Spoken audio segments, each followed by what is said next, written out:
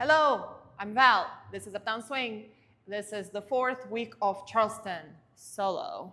We did this thing first without the turn. 1, 2, 3, 4, 5, 6, 7, 8, 2, 2, 3, 4, 5, 6, 7. Ha, pa, pa, pa, pa, pa. So you can practice it without turning. Then we turn that. 1, 2, 3, 4, 5, 6, 7, 8, 2, 2, 4, 5, 6, 7. 2, 3, 4, 6, 7, 8. Ha, pa, pa, pa. That was the break we used with it. Then we did jump Charleston with all the different variations. Jump Charleston looks like this. 1, 2, 3, 4, 5, 6, 7, 8. 2, 3, 4, 5, 6, and triple step. 2, 3, 4, 5, 6, 7, 8. 2, 3, 4, 5, 7, 8. Those were all the different versions of it.